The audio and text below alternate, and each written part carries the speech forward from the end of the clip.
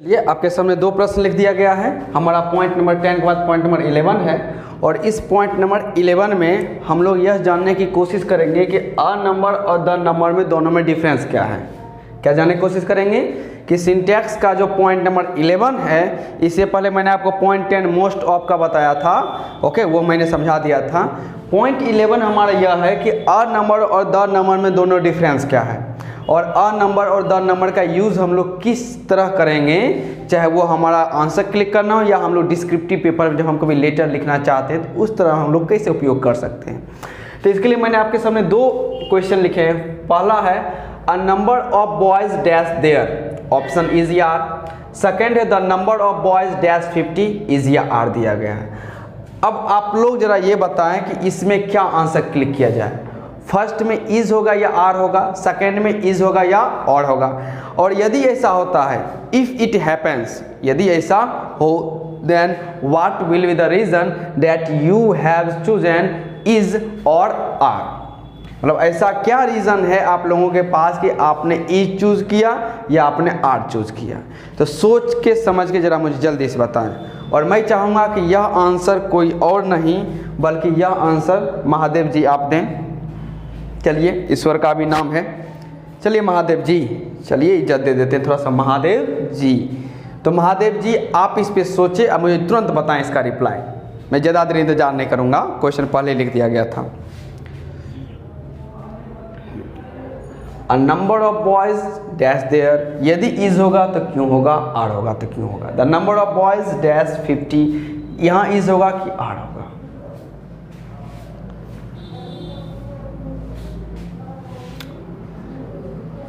क्या सुमित बताओगे?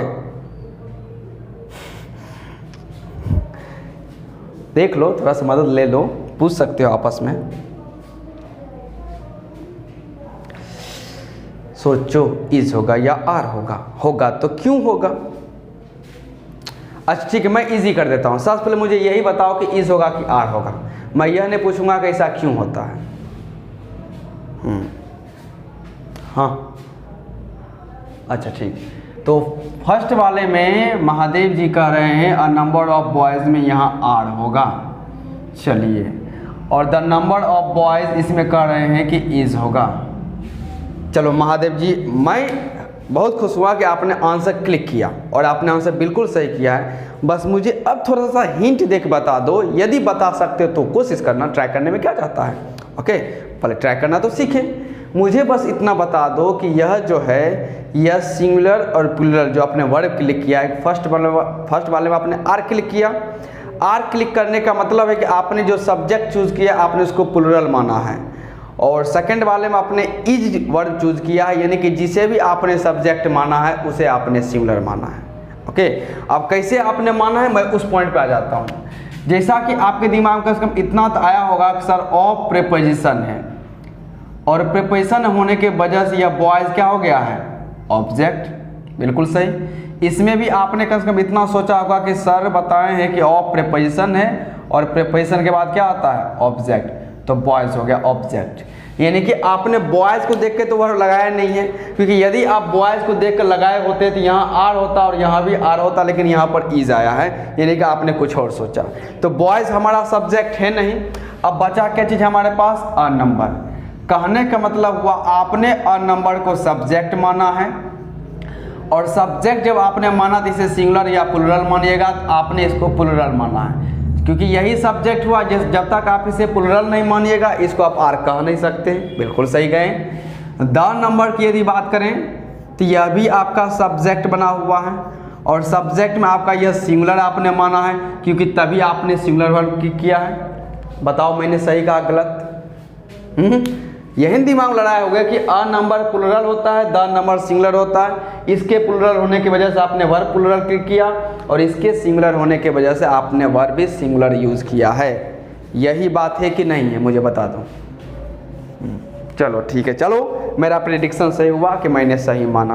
अब बस जो अगला क्वेश्चन ये होता है, और यह जो पॉइंट महादेव ने क्लिक किया है, चूँकि मैंने कहा था सिंटैक्स को घर से पढ़ के आना, तो मे भी उनके पास जो बुक होगा ग्रामर में, उन्होंने उस बुक में पढ़ा होगा कि अ नंबर संख्या में बहुत होता है अ नंबर संख्या में बहुत, यानी कि अ नंबर प्लुरल होता है और द नंबर सिंगुलर होता है। आपने ऐसा ही पढ़ा होगा कि अ नंबर प्लुरल होता है और द नंबर सिंगुलर होता है, यानी कि निश्चित संख्या की बात करता है, और अ नंबर जो है अनिश्चित संख्या की बात करता है, बहुतों की बात करता है, जिस वजह से वह प्लुरल होता है। और द नंबर जो है वो निश्चित संख्या की बात करता है, तो वह सिंगुलर होता है। इतना ही पढ़ा होगा। रूल में इतना लिखा हुआ है कि अ नंबर ब्रैकेट लिखा होगा बहुत संख्या, और जिस यह प्लुरल होता है तो आने वाला वर्ब भी प्लुरल होगा, और नीचे आपने पढ़ा होगा द नंबर और ब्रैकेट में लिखा होगा निश्चित संख्या, और इसके बाद आने वाला वर्ब क्या होगा, सिंगुलर होगा।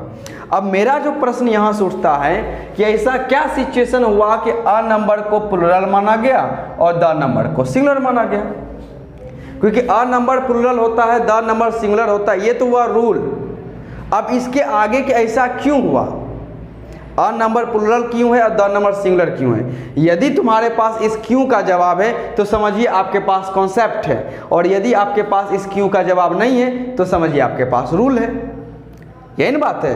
यदि आपको यह पता है कि अ नंबर प्लुरल होता है, लेकिन आपको ये नहीं पता है कि ऐसा क्यों होता है, यानी आपने रूल पढ़ा है, आपने कॉन्सेप्ट नहीं पढ़ा है। बात समझे? तो अब इसको यदि आसानी से याद करना है, अक्सर क्या करते हैं कि हम लोग घर में बैठ के याद करते हैं कि अ नंबर प्लुरल होता है, द नंबर सिंगुलर होता है, अ नंबर प्लुरल होता है, द नंबर सिंगुलर होता है। अब सोचो, इमेजिन करो, सिंटैक्स का हमने पहले 10 रूल समाप्त किया है, और 10 रूल हमने सिर्फ एक कॉन्सेप्ट समाप्त किया है कि प्रीपोजिशन के बाद क्या आता है, ऑब्जेक्ट आता है, और ये 11वां है। तो मैं बस इतना ही कोशिश कर रहा हूँ कि आपको सिंटैक्स के वो रूल्स याद ना करना पड़े, आप आसानी से समझते जाएं, और इसके लिए आपको कॉन्सेप्ट सीखना पड़ेगा। बात समझे? अब इसमें मैं कॉन्सेप्ट क्या बताता हूँ, अब समझते हैं कि क्या है अ नंबर और क्या है द नंबर। अ नंबर और द नंबर, अब दोनों को समझने की कोशिश करते हैं।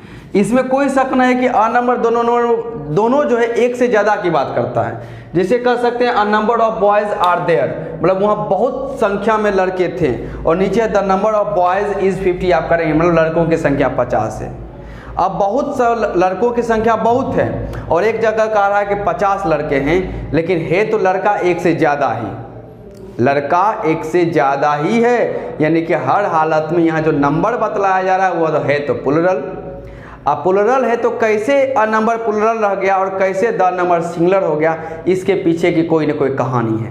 तो यदि उस कहानी को जान जाओगे तो आपको कॉन्सेप्ट पता चल जाएगा, और जब कॉन्सेप्ट पता चल जाएगा तो आपको यह रूल याद करना नहीं पड़ेगा। बात को समझे? तो चलिए इसको समझते हैं। तो अ नंबर की यदि बात करें तो इसमें खासियत क्या है समझिएगा। इसमें लगा हुआ है ए, और आर्टिकल यदि आप थोड़ा सा जानते होंगे तो इसे हम कहते हैं इंडेफिनिट आर्टिकल।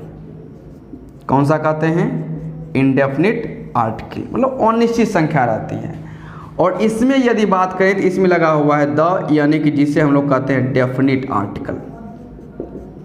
डेफिनिट आर्टिकल कहते हो। इतना आर्टिकल का बेसिक नॉलेज तो आपके पास होगा कि आर्टिकल ए जो होता है वह होता है इंडेफिनिट आर्टिकल, और जबकि आर्टिकल द जो होता है वह होता है डेफिनिट आर्टिकल, यानी कि ए इंडेफिनिट और द हो जाता है डेफिनिट की बात करता है। इनडेफिनिट का मतलब होता है अनिश्चित, हमें पता नहीं है कितना हो सकता है, और द का मतलब होता है निश्चित, यानी कि हमें पता है कि हम किसके बारे में बात कर रहे हैं, उसके बारे में हमें कुछ जानकारी है। जैसे यदि मैं इमेजिन कर सकता हूँ कि 2 लड़के मैं मान लेता हूँ कि एक मोहन है, ओके, और एक रोहन है। अब मोहन किसी इवेंट में गया और सोहन भी किसी इवेंट में गया है, यानी कि मोहन और सोहन 2 लड़के मान के चलते हैं, रोहन को हटा देते हैं। मोहन है और सोहन है, मोहन भी एक इवेंट में गया है और सोहन भी एक इवेंट में गया। दोनों वापस लौटने के बाद कहता है, मोहन कहता है कि मैं जिस इवेंट में गया था ना वो बहुत सारे लड़के थे, मतलब अनगिनत थे, जिसकी कोई गिनती नहीं थी, ओके। और सोहन कहता है कि मैं जिस इवेंट में गया था ना वहाँ पर 500 लड़के मौजूद थे। कितने मौजूद थे? 500। मोहन कह रहा है कि अनगिनत लड़के मौजूद थे जिसकी कोई गिनती नहीं है, जबकि सोहन कह रहा है कि 500 लड़के थे। अब दोनों की बात कीजिएगा तो बहुत सारे लड़के थे और 500 लड़के थे, दोनों तरफ लड़का एक से ज़्यादा है। लेकिन एक तरफ देखोगे जब मोहन बात कर रहा है तो मोहन बात कर रहा है अनगिनत का, जिसका नंबर कितना हो सकता है, फिगर कितना हो सकता है, यह हमें अननोन है, हम इसको जानते नहीं हैं। लेकिन एक तरफ सोहन है जिससे कम से कम पता तो है ना कि हाँ लड़कों की संख्या 500 है दोनों तरफ प्लुरल यानी कि एक से ज़्यादा है। लेकिन एक तरफ मोहन को पता नहीं है, एक तरफ सोहन को पता है। मोहन को पता नहीं है कि कितना नंबर होगा और लेकिन सोहन को पता है कि कितना हो सकता है। यानी कि अब आपको इसी में से चूज करना पड़ेगा कि एक को पता नहीं है एक को कम से कम नॉलेज तो है ना भाई।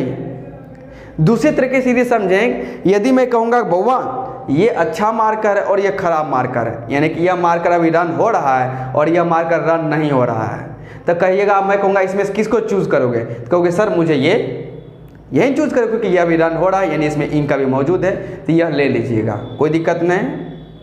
लेकिन यदि मैं कहूँ कि इस दोनों में इंक नहीं है, मतलब ये दोनों में कोई एक हो सकता है कि जो हो सकता है थोड़ा ज़्यादा देर चले, एक हो सकता है जो थोड़ा कम देर चले, मतलब ये नहीं कि दोनों न्यू है, दोनों पुराना है, लेकिन अब हो सकता है कि ये ज़्यादा लिखा गया होगा, ये कम लिखा गया होगा।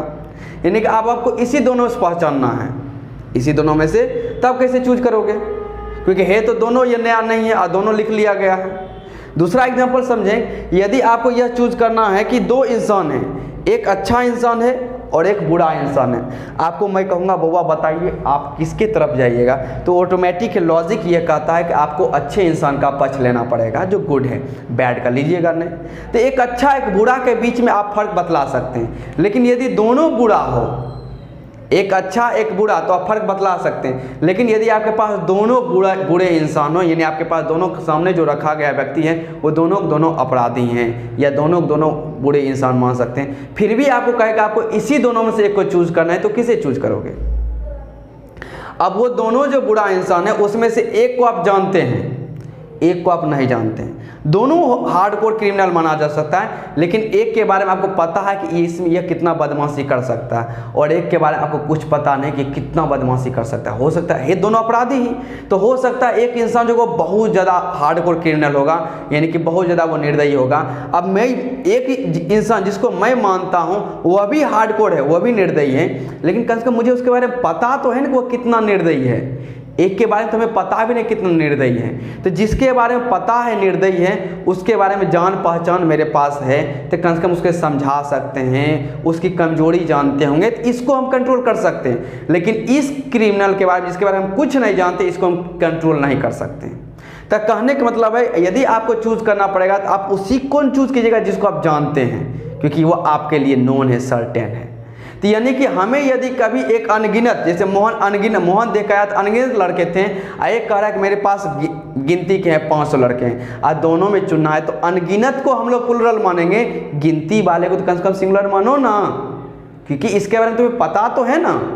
एक तरफ लड़का अनगिनत है, एक तरफ कह रहा है सोहन कह रहा है मेरे पास 500 लड़के थे, मुझे पता है, एग्जैक्ट पता है।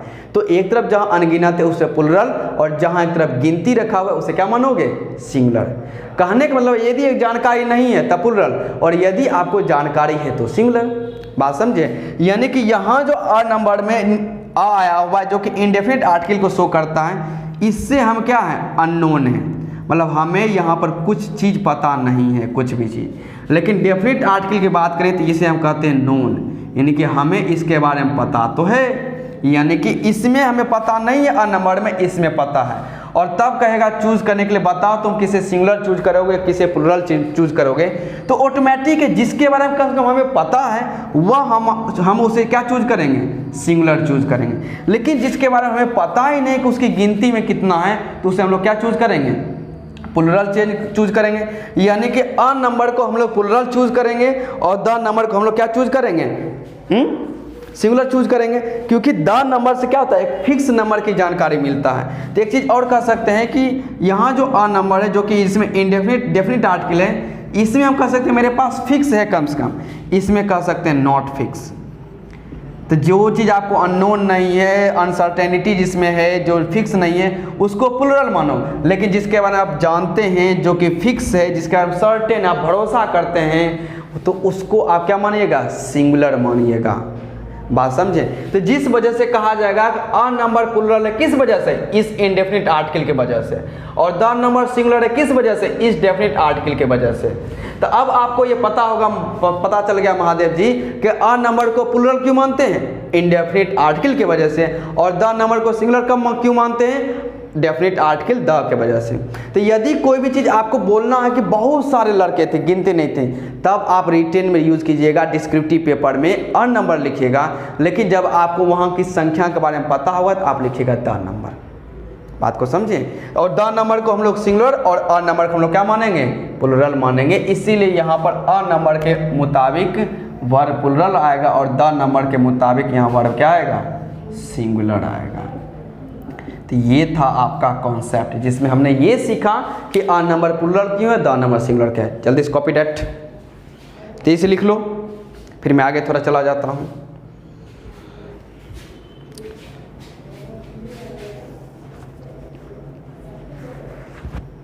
बोलो, ठीक, मैं आ जाता हूँ।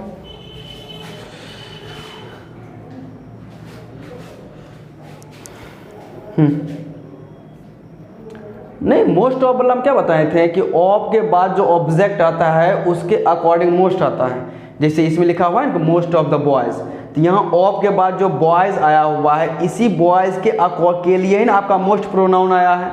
तो जब बॉयज़ आपका प्लुरल है तो यहाँ आने वाला मोस्ट भी क्या होगा, प्लुरल, और यही मोस्ट आपका सब्जेक्ट बनेगा, तो इसको ही तुम प्लुरल मानोगे। बात समझ रहे हो। यदि रहता मोस्ट ऑफ द वाटर, तो यहाँ जो मोस्ट आता है यह वाटर के लिए आता है, क्योंकि ऑफ प्रीपोजिशन के बाद वाटर बन जाएगा ऑब्जेक्ट और मोस्ट क्या बनेगा, सब्जेक्ट। तो यहाँ जो मोस्ट ये किसके लिए आया हुआ है, इसी वाटर के लिए आया हुआ है। और जब वाटर सिंगुलर तो आने वाला प्रोनाउन उसके जगह पे मोस्ट भी क्या होगा, सिंगुलर होगा, यानी कि सिंगुलर वर्ब लगाएंगे।